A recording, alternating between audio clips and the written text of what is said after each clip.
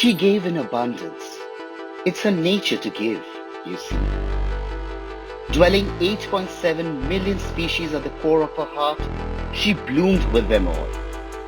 It's her nature to bloom, you see. She kept embracing us with her bounties.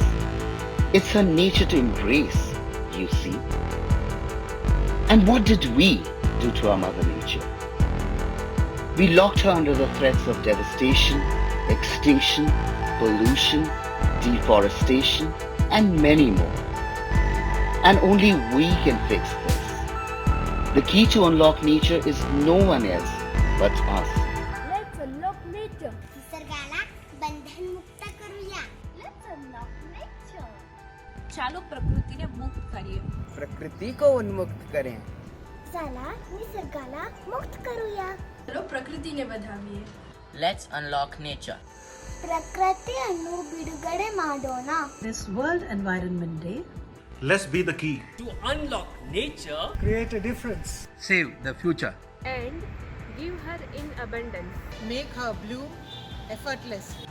Embrace her lovingly.